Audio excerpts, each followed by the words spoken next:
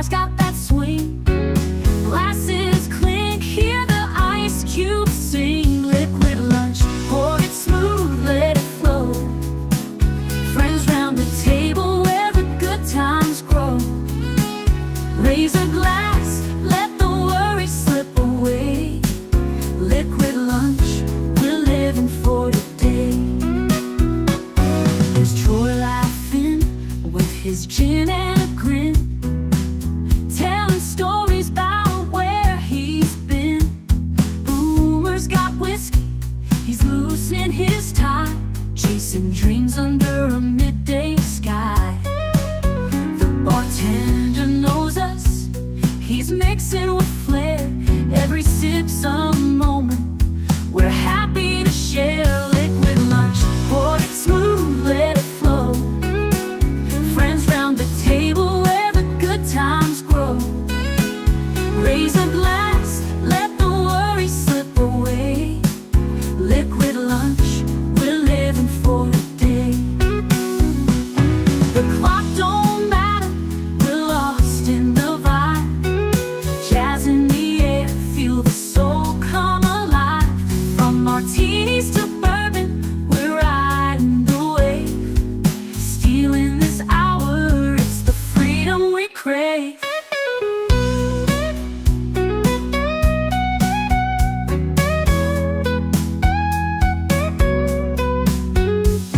Sun's still shining, but we're in our zone.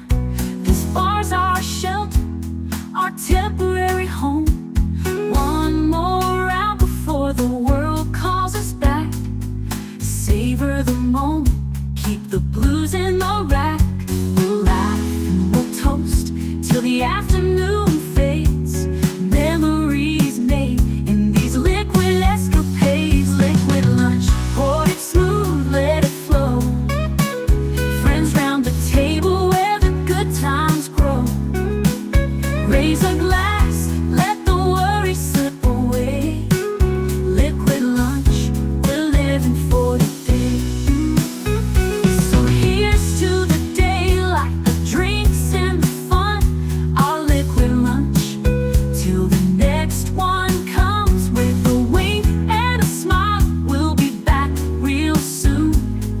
Chasing that jazz under the high noon.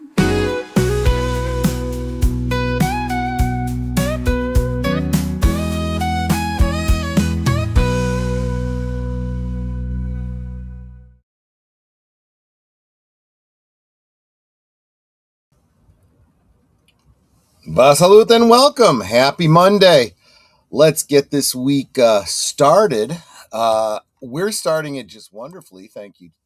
Thanks to Ruby Hoove, who is taking some time out while shopping at Hobby Lobby to stop in and drop a gifty on me for that went to Canadian Spider-Man. That is our friendly neighborhood Spider-Man. Thank you so much for that, Ruby, helping the family grow. I really do appreciate that. Well, this is Monday, which is a rough start for most of us, especially for me, because I started the whole new Doctor Who late night watch parties on Sundays. It's funny, the reason I started on late night Sunday was again to honor Doctor Who in my memory of growing up with Doctor Who, because it was late night on Sunday, and just today there's a YouTuber that I follow that was talking about kind of doing a deep dive on the Max Headroom Chicago network. I don't know what you'd call it, airwave piracy or whatever. There was a couple of transmissions that were interrupted in the Chicago area by someone wearing a Max Headroom mask. This is there's a lot of internet chatter about it, but it's an unsolved mystery that probably will never be solved. But what was crucial was that one of the broadcasts that was interrupted was Doctor Who, at like 11:30, local time. And I was like, "Yep, see, that's when Doctor Who was airing, and that's part of my memory of it. Specifically, the doctor that got interrupted was Tom Baker, by the way. So yeah, I was up late last night, and then I was trying to get promos done for today, and I didn't get them done, so there won't be any promos. The only commercials you'll be getting are from the platform if you don't have some way of avoiding those today. Let's get in here and say hi to all of you wonderful people, starting with Big Al of Big Al Presents, who says, Happy Monday, Liquid Lunchers. Hope everyone had a lovely weekend and wishing you a great week ahead. Happy broadcasting. Troy, thank you so much. Hopefully no one breaks in on my broadcast while I am streaming. Netter of Netters Network comes in to say hello to the love of her life, that being me. She is the love of mine as well. And she asks everyone to like, share, subscribe, become a member, leave a comment, gift a membership, which apparently Ruby Hoove took to heart and very much did. Again, welcome to membership, Canadian Spider-Man. Wallace Lang stops in to say hail. Welcome. And Corey of Wilkie's Movies and Music, who is very proactive this week because he already has his Friday stream posted as of last night. So keep that in my focus so that I can make sure I steer everyone over there on Friday. In my case, the Iowa PBS network airing of Doctor Who was shown on Saturday nights. Yeah. The thing, yeah. So first off, it was Sundays. Was my my memory of Doctor Who, and secondly, as far as now broadcasting on YouTube, after the Films with Friends and Retro Cinema on Saturday, I think I'm pretty sure that Outlaw Bill and Deleted Scenes have a karaoke stream on Saturday nights, and I didn't want to butt up against that. So yeah, I figured Saturday night was probably not the night to do it, and so there you go. And I am thinking about what I'm going to be doing in March when I got to take some time off. I'm going to be out of town. I got to visit my mom. And of course, then I'm going to be down at MegaCon. So I probably will not be able to broadcast the weeks that I am out. So I've got to come up with some pre-programmed electronic disco music for all of y'all. At least that's the current plan. When I say I'm thinking about it, I literally mean thinking about it. It doesn't necessarily mean anything's happening. That wheel is turning, in the hamster wheel. That doesn't necessarily mean it's connected to anything. We'll see. So yes, as slow and sluggish as I have been, I do have some musings going on in my head. So let us go ahead and get to them. Last night on Geeky Geezers, one of the articles that we brought up didn't really matter to me at all. It wasn't really that important. But another article came up today that feels related. So let's go back to that article from last night in the Geeky Geezers. This one came from Deadline. Sarah Michelle Gellar says Buffy the Vampire Slayer's new Sunnydale is not a sequel. It is not a reboot. Reveals why it's taking a long time. Now, we went into a little bit more detail about it. We read through the article last night. I'd encourage you go check out Geeky Geezers from last night if you are more interested in this.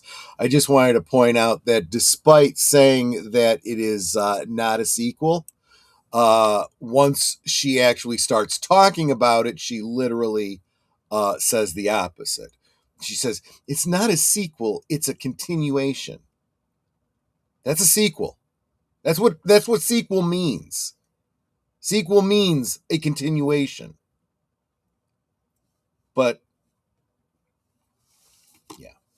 In fact, I would even argue, if you want to dig into the language, a continuation requires that it be under the same contract with the same people, the same showrunner. In other words, at the very minimum, they would need to still have Joss Whedon in charge of it, which is not going to happen. They've got the gal who did the Eternals, so that's going to be real exciting. So I can't see it as a continuation. The continuity is broken. It is not. And I mean, I don't mean continuity of the storyline. I mean continuity of the production. So this is not a continuation. It is a sequel, despite what she says.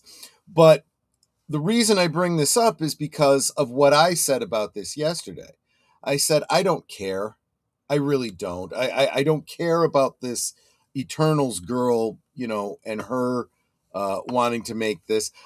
I don't care. In fact, Sarah Michelle Gellar kind of takes herself to task because she had once said she's never going to do Buffy ever again. And now she's saying, never say never. And although she doesn't say this, I looked at that and I said, yeah, because what has she done in the past 2 decades? And now she needs a paycheck. So she's going back to the only thing that she sees as a potential payday for her.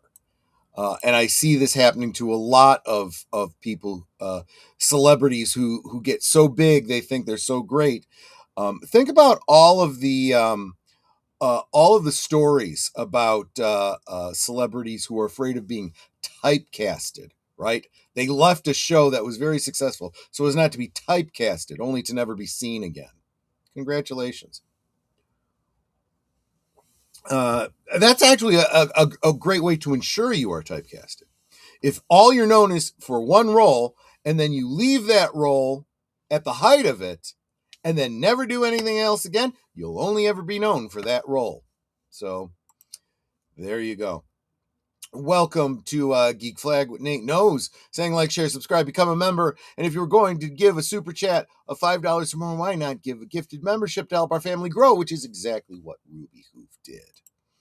Hi, Troy. I'm home today, sick and miserable. If you look up feeling like crap in the dictionary, you'll see my picture. Oh, I am so sorry to hear that. I know you were struggling. A lot of people have been. I am not, knock on wood. But I've noticed for the past 2 days, and I said this to Netter, I'm like, why does my voice sound like, I am just dog sick? She's like, are you? No, I feel fine. I don't have a sore throat. I don't have anything like that. But I just sound like, I've been smoking a pack a day for 10 years. She said, well, maybe you overindulged on Friday. I'm like, yeah, well, I would have thought that if I'd have woken up with anything like a dehydration headache or anything like that, and I did not. And now 2 days later, it definitely wouldn't be affecting my voice. I can't figure it out. It just, so maybe I'm fighting off whatever it is Nate has, is what I'm basically getting at. If I were a content creator, I would not butt up against a fellow content creator. Yeah, because I want to build the synergy more than anything else. I don't think that anyone that would be at my, well, no, I shouldn't. I shouldn't say that, because if I stream at a time when Deleted Scenes is also streaming, he can't be at my show, and I know that he likes to make a lot of these shows. So just him alone is enough reason. But I don't think most people that would be going to the karaoke stream would necessarily be interested in streaming Doctor Who. But then again, I don't know. But yes, I agree with Big Al. Please feel better, Nate. Say hi to Mark, saying, Mechpo, it is lunchtime. Here I are. Tired, mean, with a nasty disposition, but here I are. Great. I think we all have learned that when movie stars open their mouths, the only thing they do is prove how much they don't know. That's true. I'm not going to harp on that particular point too much, but we will kind of dance around that a little bit. As I said last night, a sequel is a continuation. A continuation is a sequel. I get that, yes, and I think for the purposes of what this is, it is a sequel. It is a continuation. But if you are going to quibble the way she does and try to claim that the two are two different things, let's be very clear. Then, if it's going to be a continuation, it's got to be more than just the story continuing. It's got to be the same showrunners and writers and crew and sets. I don't think you can come back 20, 30 years afterwards when there's no sets left, no costumes, none of that stuff.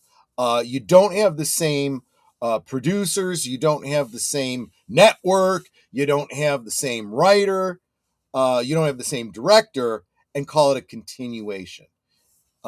You can say you're continuing the story, and that's fine. It's a sequel done by a whole group of other people, is what it actually is. So I gotta figure out how to get rid of this this pop-up that just showed up on my screen. Give me just a second here. Oh crap. I hate technology. I hate it. Control. Task manager. Oh, that'll do it. Just opening my task manager did it. Okay. So let's get back to it. Want to say hi to Fluff Chick Productions, Connie Cleary. Hey, El Chat, sorry I'm late. I was in the middle of a conversation with another content creator. Yes, I understand. You have a great number of Blue Wrench duties. I understand that keeps you busy. Troy, now that you bring it up, I have noticed the change in your voice, and I can tell you exactly when it started. It started when you started smoking the pipe. Wow, so it's been since Tuesday. Interesting. Let's see here. Okay, so that catches us up. So yeah. So my whole point in bringing up the Sarah Michelle Gellar thing was, again, you have a celebrity who's not really done much since Buffy. That's really all she's known for. And now in this, I'm starting to age out of the roles that I used to play. And I am not seeing the job offers pouring in. Maybe I can create my own work by reviving the role that made me famous. So that's one take on it. But then I saw this today, and I started thinking, oh my gosh, this is basically the same thing, just coming at it from a different angle. Kristen Stewart wants to direct a big budget Twilight remake. Again, what's Kristen Stewart done besides Twilight? What is she known for? She's done some movies. She has. But nothing real successful. Nothing is jumping into my head. And I bet you she's looking for a payday too now. So let's get into this. Yeesh. And again, if it's a remake, it's definitely a remake. It's not a sequel. It's not she's returning to the role. She's looking to do something. At least she's trying to advance her career. Production, directing, writing, something. It doesn't sound like she plans to be in front of the camera for this. Actress and filmmaker Kristen Stewart has expressed interest in directing a high-budget remake. Of Twilight, the 2008 vampire romantic drama that brought her international recognition. She made the remark during interviews with Palm Springs International Film Festival on July 4th, 2026. Stewart, who played Bella Swan, is all in all 5 original Twilight Zone films. There was 5 of them. Discussed returning to the franchise in a creative role rather than as an actor. Imagine if we had a huge budget and a bunch of love and support, she said. I don't know. I would love to readapt. Yeah, sure, I'd do the remake. I'm doing it. I'm committed. The actress has recently expanded her career to include directing. Her feature directorial debut, The Chronology of Water, in 2025, drew attention at festivals and led to her inclusion on Variety's 10 directors to watch list. Okay, I don't remember this movie. I don't remember hearing about it. And let's be honest with you, these accolades in a dying industry don't really mean even less than they ever did. Stewart, 35, first gained widespread recognition for a role as Bella Swan. Twilight, adapted from Stephenie Meyer's best-selling novel, was released in 2008 and followed by 4 sequels through 2012. The franchise grossed billions of dollars worldwide and significantly raised Stewart's profile in Hollywood. Okay. In recent years, she has focused on independent and auteur-driven projects.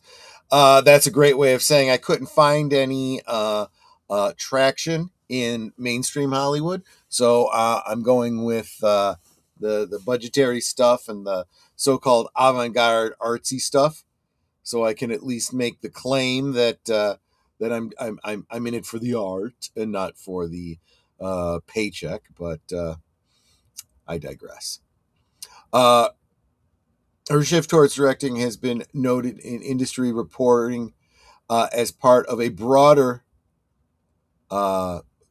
creative evolution. Stewart remarked, I've been working on other people's films for my whole life since I was 9 years old, and I feel like everything's been building to this moment to find a little space for myself.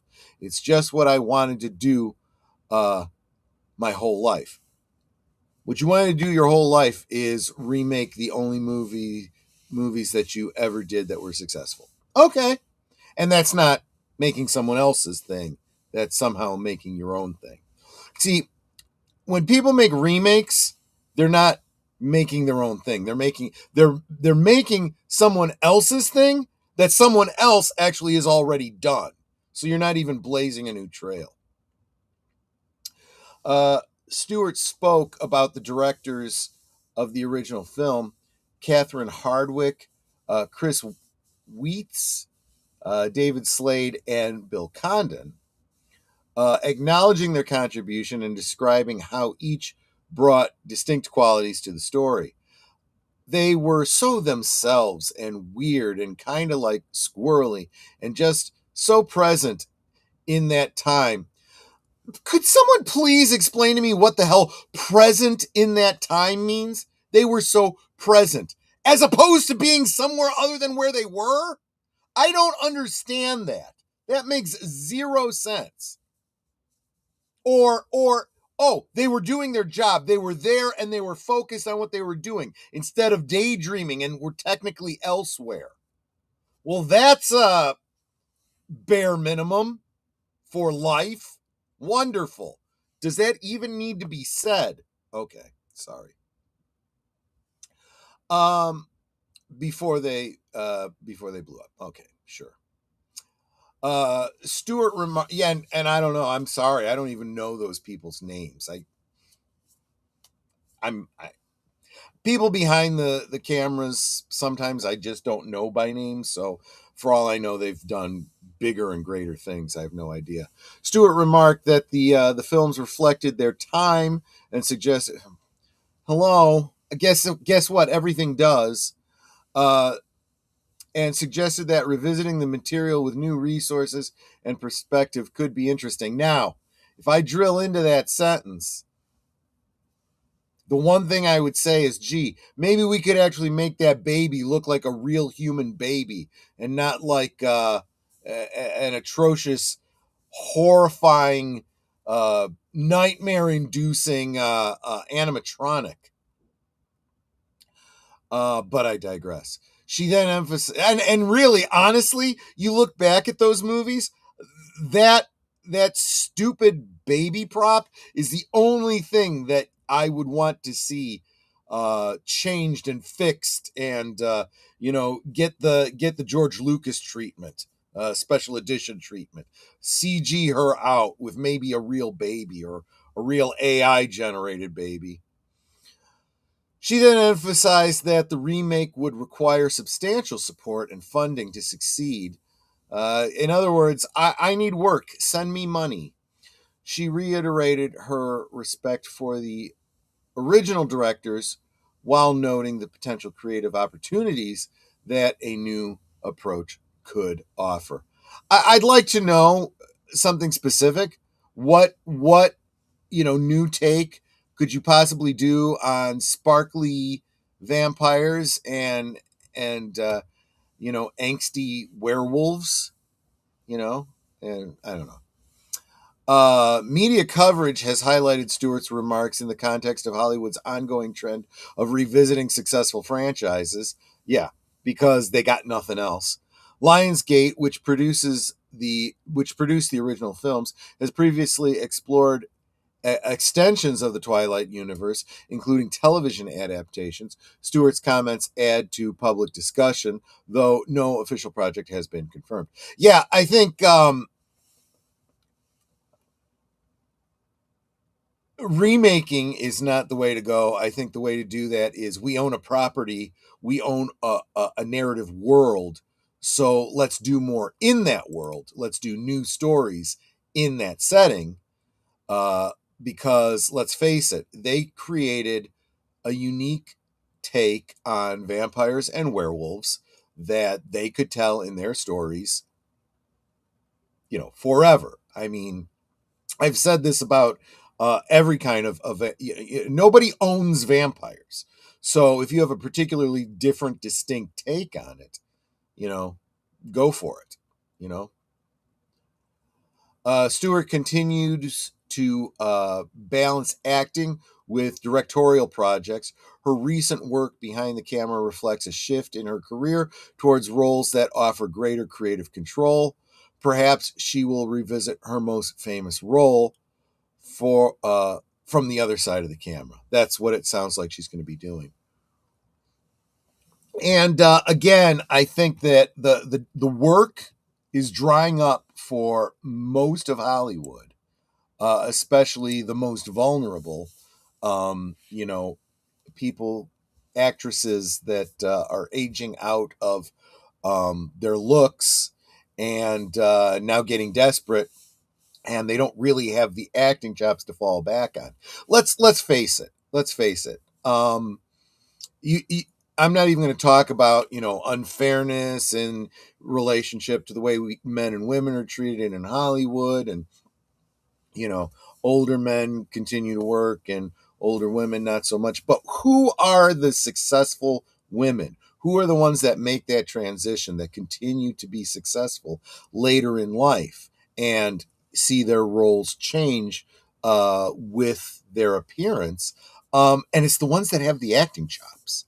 It's the ones that actually are good actresses and didn't just get their roles because their looks. Looks were probably a part of it in the beginning, but they can act, right? I'm thinking people like Helen Mirren, I mean, she absolutely was absolutely beautiful. Not that she's unattractive now, but she had that hottie look to her, right? But she was also a really good actress, and she has just gotten better. When you think great actresses, do you think Kristen Stewart, is she a great actress? I don't know. Let's see what you guys are saying here. Let me go back here so I can bring up your comments. Snow White and the Huntsman was better than the Twilight Saga. It was, but who remembers it?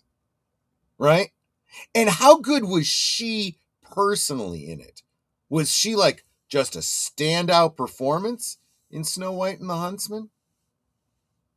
I'll tell you what else Snow White and the Huntsman was better than Disney's live action Snow White remake. Let's see. Snow White and the Huntsman was actually closer to the Grimm brothers' original tale. That's true. That is true. And that's another thing that I think a lot more studios should be doing is taking folklore that was done by Disney and go and do a more faithful adaptation, making them grim. You're not making these stories for kids. And you could even make that part of your promotional tagline. This Snow White is not for kids.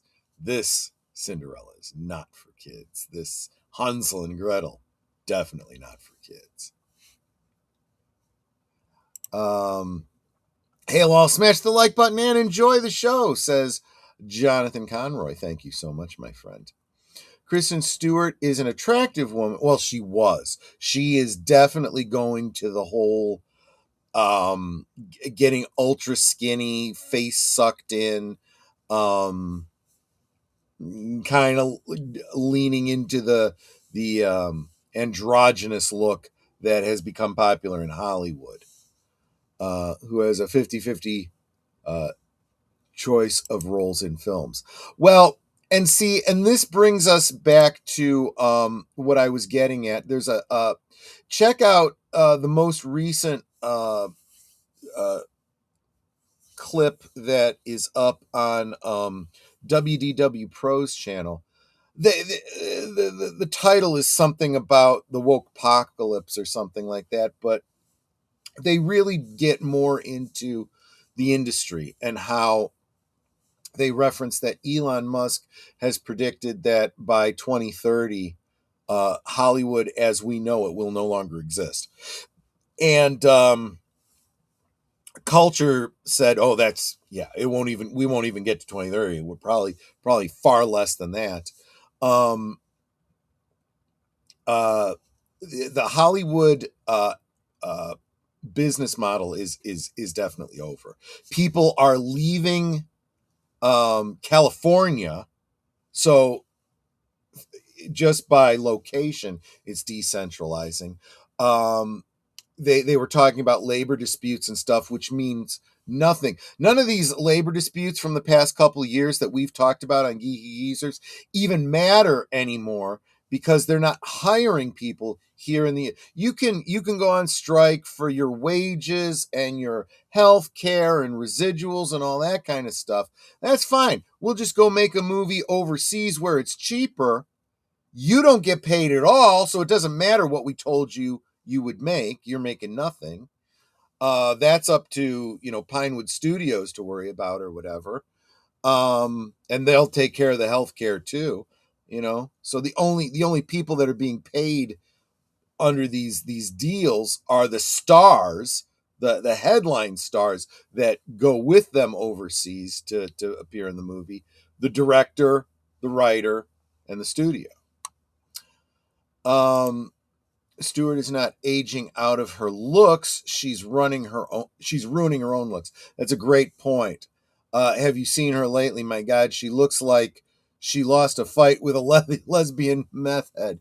Well, she's kind of leaning into being the lesbian meth head. But at the same time, she is 35, which from my perspective is very, very young, still very, very potentially attractive if you're not, lesbian mething. But from a Hollywood standpoint, she's starting to show her age, and that means aging out of the roles that she's been in, the sexy roles. Kristen Stewart is a good actress, but I wouldn't say a great actress. And therein lies the problem. there are fewer and fewer and fewer roles for anybody in Hollywood. This is what we're saying. The industry is contracting, like a collapsing black hole. And you need you just being good is not good enough. It is not good enough. And welcome to me and my leering center. I love that change up on names. Da Bears. Yeah, there you go. I actually have a shirt. You guys have probably seen it a couple times. It's got the Chicago Bears colors in it, but it has nothing to do with the Chicago Bears. It's from a local seminary school, their sports team, because the seminary school is named for Eugenio Pacelli, obviously a relation of mine. So it says Pacelli and so on and so forth. But it's got those Chicago colors too. So not only does it have my name on it, but it's got the Chicago colors. Blue and orange, by the way, to be specific. But yeah, so I'd love to know what you guys think. Is am I off base here?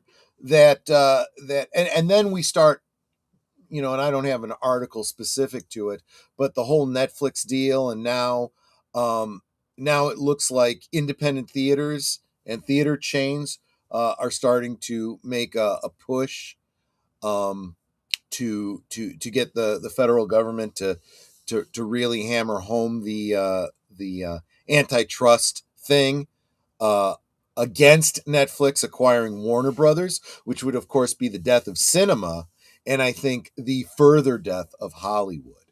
I think the studio system will end if Netflix takes over Warner Brothers. If it doesn't end because of that, it is a major domino in a inevitable collapse of the studio system, in my opinion. I would like to get a classic Warner Brothers fan base together to buy Warner Brothers from Zaslav, and others to turn it back to a classic film studio. Here's the problem. It's not about money. You could raise all the money in the world, and Zaslav is going to do what Zaslav is going to do. He's already locked in, because if you think about it, Paramount is already offering superior dollars to Netflix. It's not just winning the bid. It's convincing Zaslav that it's good for him. And that what's ironic is that Paramount actually did go and say, "Oh, and if you go with this deal, we have this set aside for you." And he goes, "That sounds like a bribe." So what are you in this for, Zaslav? Clearly it's not for the industry. Clearly it's not in the best interest of Warner Brothers. Clearly it's not in the best interest of Warner Brothers stockholders. It's all about you, dumbass. That's very clear. Kristen Stewart is good, but she doesn't have it for longevity's sake. Yeah, she really doesn't. You know who does? Sydney Sweeney. Why? Is she a good actress? I don't know. I've only seen a couple roles she's been in. I get the impression she's got more range as an actress than Kristen Stewart. She's definitely got the looks. She knows she's got the looks, and she uses them to her advantage. But more importantly, she shows an incredible amount of intelligence about managing her career and her money. She is diversifying. I mean, that whole, bathwater soap promotion, that's just smart. That is just smart. You know, now she's getting into producing. I'll tell you what, that's where the money is. She's already set herself up for where Kristen Stewart is starting to think about going. And Kristen Stewart has not even hit the peak yet of her acting career. She's still in the ramp up of her acting career, and she's already talking, directing, she's already producing. She's already talking directing as well. So she is set. Everyone else is playing catch up. Gordon Gekko once famously in the 1980s probably said in the 1980s that greed was good. And I think greed is what's killing Hollywood. They're not content with being rich or making profit. If one movie makes $1 billion, the next one has to make 2 or 3 billion. Okay, so let me break this down for you. Greed is good, right? Because it drives the engine. The desire for money means you have to keep shoveling the coal, right? You have to keep shoveling the coal, right? Let's think about it that way. You want to get from point A to point B in your coal burning train car, right? What do you call it? Locomotive, right?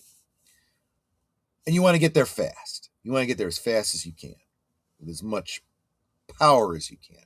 So what do you got to do? You got to shovel the coal into that oven to heat it up to move the pistons, right?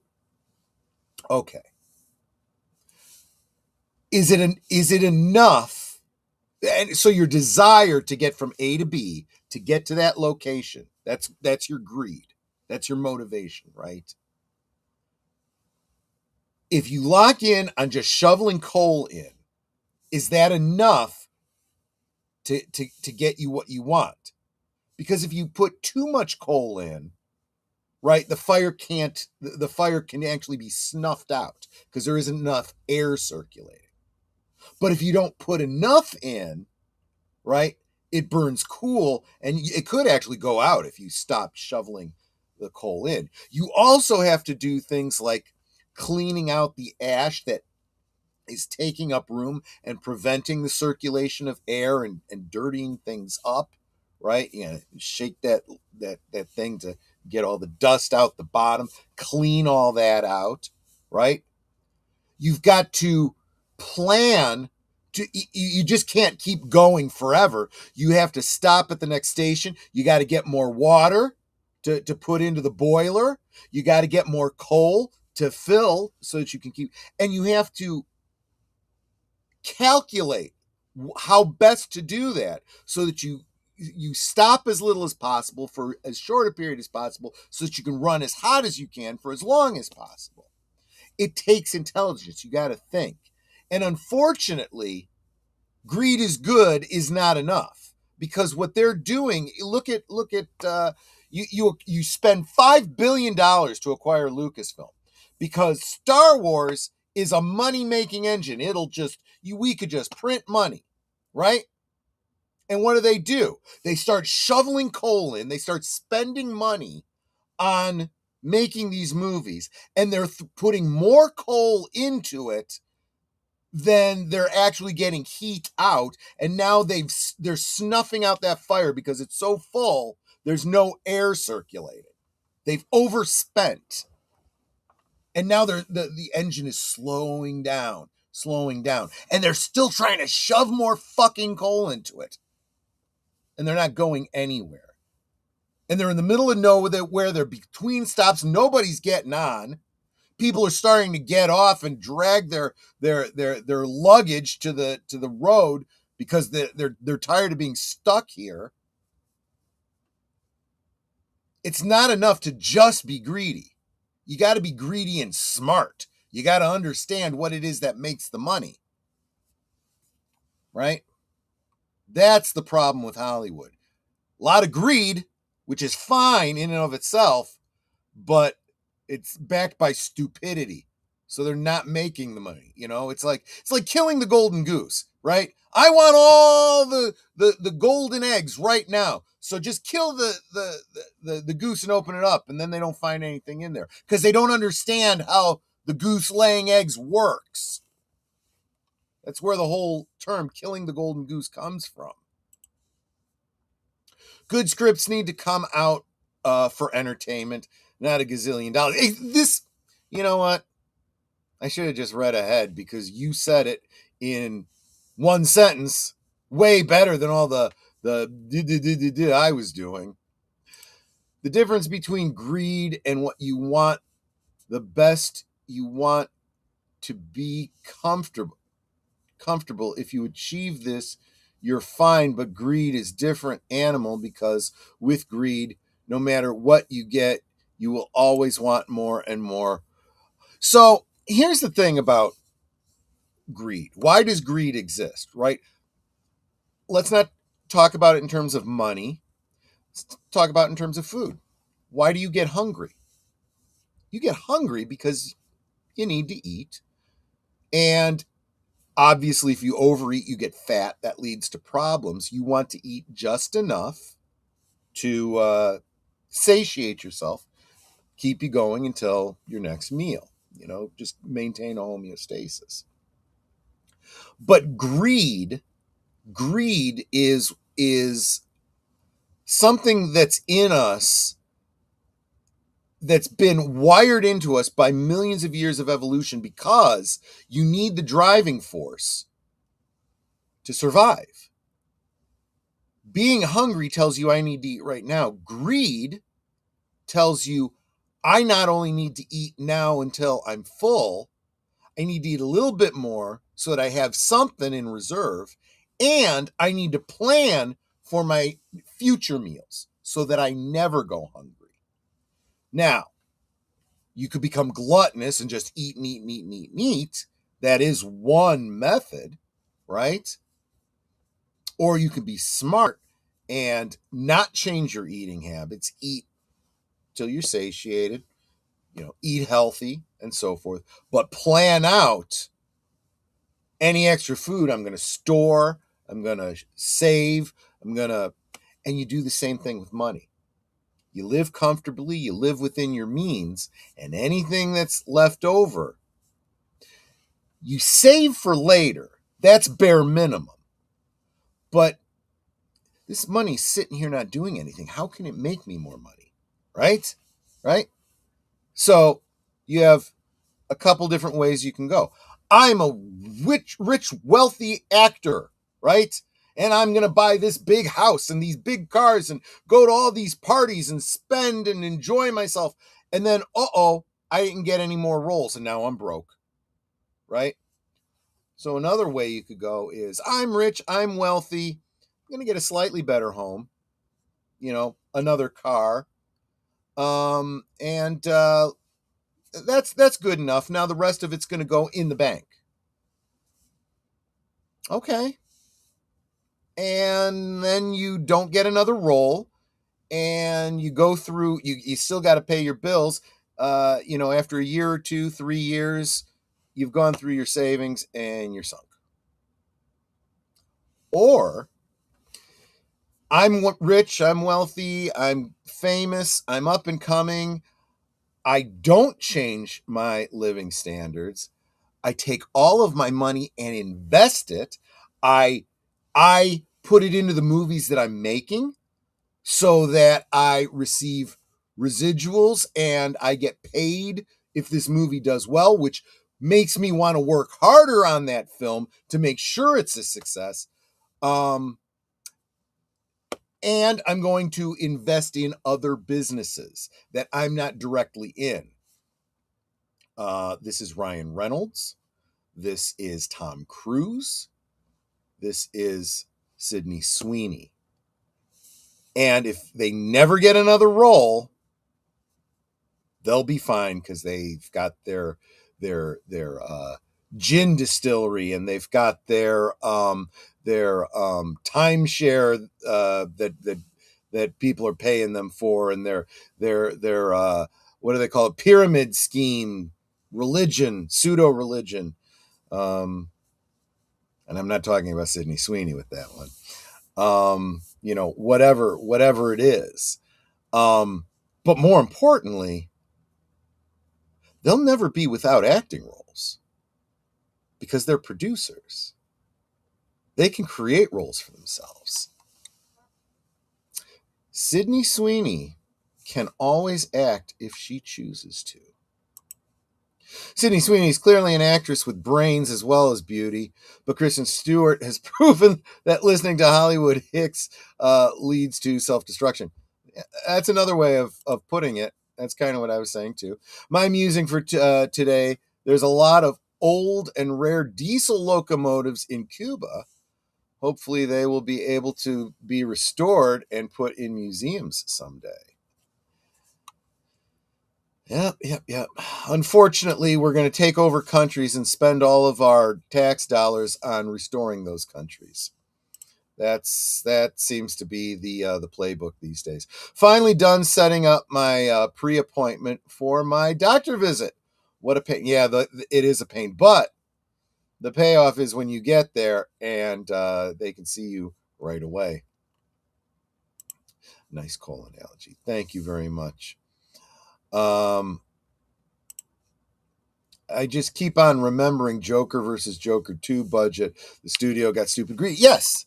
No, well, I'm going to say it's not the greed that's the problem. It's the implementation on that greed, right?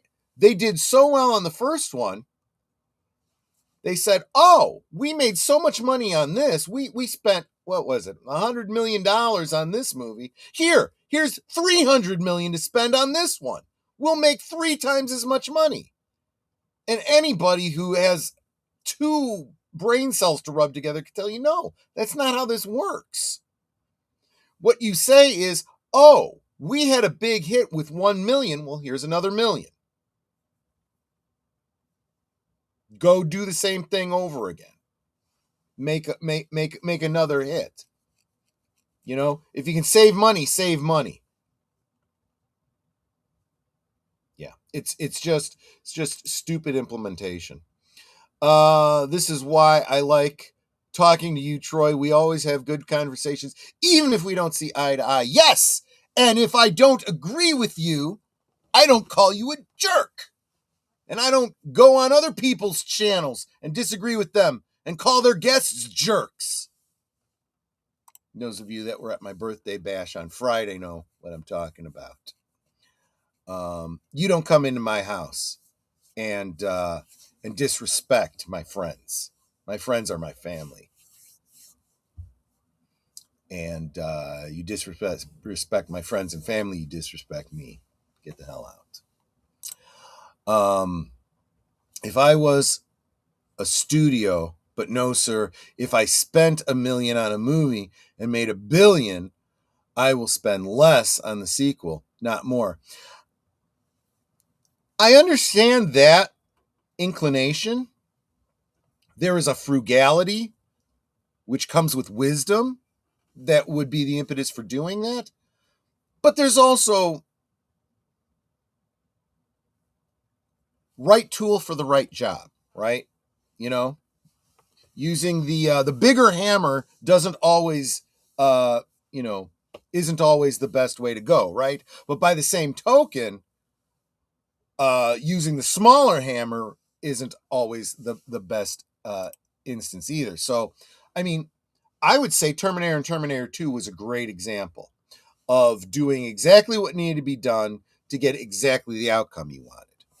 They did spend more money on Terminator 2, right? But it was almost necessary. They did it in intelligent ways. They had improved special effects that actually were improved, that really did require that spend. You also have a little bit of growth for the actors, who demand a higher salary. But again, Arnold Schwarzenegger was smart. He got in on the producing. He made money above and beyond what he got in his contract as an actor for appearing in the film, and his likeness and residuals and so forth. So sometimes spending more is warranted as long as you're doing it smart and you know why you're doing it. If you have no idea, just make me more money. That's a great way to just give away money. You may as well be giving it to a Leering Center. Anyway, I've kind of belabored this whole point.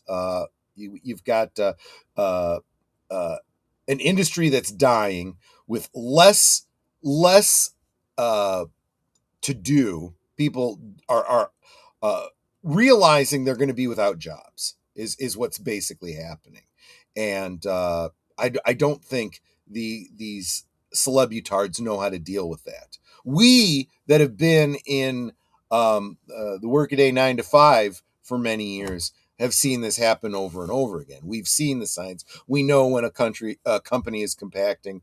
We know we should probably get a resume out there. There's going to be layoffs. Oh, look, there's layoffs. Big surprise, right? This does not even compute with these isolated, insular celebutards. And then suddenly when they're hit with reality, they go, oh, well, I guess I'm going to remake this TV show, this movie, this whatever, so I can keep going. Yeah. Good luck with that. Because what is the track record on remakes, reboots, and rehashes? How has that gone over? There have been a couple that have been successful. I'll point to like Ghostbusters after they, pulled it back and got their heads out of their asses. Yeah, everyone's got to go all the way back to Battlestar Galactica for a reboot that actually was good and successful. There aren't many. I would like to have more Warner Brothers movies and cartoons on DVDs, but knowing the crazy mind of David Zaslav means that he doesn't give a crap what happens to the physical media division of Warner Brothers. Right. Whereas Paramount would, for all appearances, they appear intent on keeping physical media alive. I just looked it up, Troy. The first Terminator cost $90 million. To make the second cost $102 million. So that's $12 million more. That's not that much more. I thought they spent a lot more on the second one. So they spent more, but no more than they had to. That's what I mean. That's working smarter and not harder. Anyway, it would be smart for me to let you guys go and be disciplined about our time together. Tonight, members come back. Actually, even before that, tonight at 7 Central, I will be joining Deleted Scenes on Real Wade Nation Gaming Clips on Rumble exclusively. And we are going to be watching Tron Ares and doing a bit of a commentary on it. Have not seen it. I don't think that Deleted Scenes has either, but we're going to see it, and we'll give you an exclusive Rumble-only review over on Real Wade Nation Gaming Clips. Immediately after that, members join me tonight for Members Night at the Movies, where the movie you chose, which was a closer vote than I expected, is Tenet, which I understand is a timey-wimey type of movie, kind of a head-scratcher, so we'll see how that one goes. And, of course, tomorrow we have the full slate with Live from Sparkwood 21 and the next episode of The Adventures of Sherlock Holmes. Thank you so much, Geek Flag with Nate Knows, for a farty fox. I super appreciate that. And I am very sorry that you are not feeling well. I hate when my friends feel grunky. It makes me feel sad. So please feel better as quickly as possible. I say as if you weren't trying to feel better. And there's something that, is going to make you feel better just by saying, well, work harder at feeling better. But anyway, guys, I want to thank you all so much for hanging out with me and sharing your lunchtime with me. Take care of yourselves, especially when you're not feeling well. Stay hydrated, especially when you're not feeling well. Drink responsibly, and I'll see you all on the next one. Take care, guys. Goodbye. Hope to see you again real soon.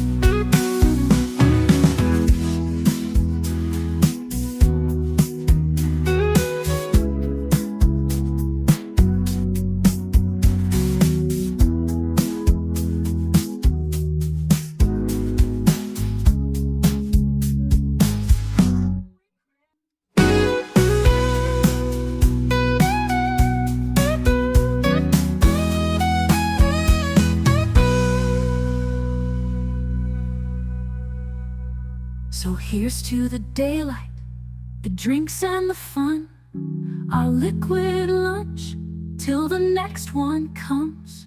With a wink and a smile, we'll be back real soon, chasing that jazz under the highway.